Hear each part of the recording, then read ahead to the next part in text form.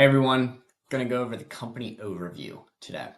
On the company overview, you can see all of your projects here on the left-hand side, broken down by the different stages of those projects. And then if I go down to one that has actually progressed, you can see the status bar right here. This is based off of the scheduled tasks on that job. And then the red icons will correlate to the overdue approval items on that project. And I'll click into one of those in just a second.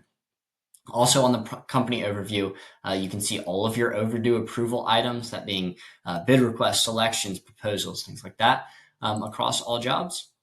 And then the coming up section will be just upcoming tasks across your different projects, with the light gray lettering right here being those different project names.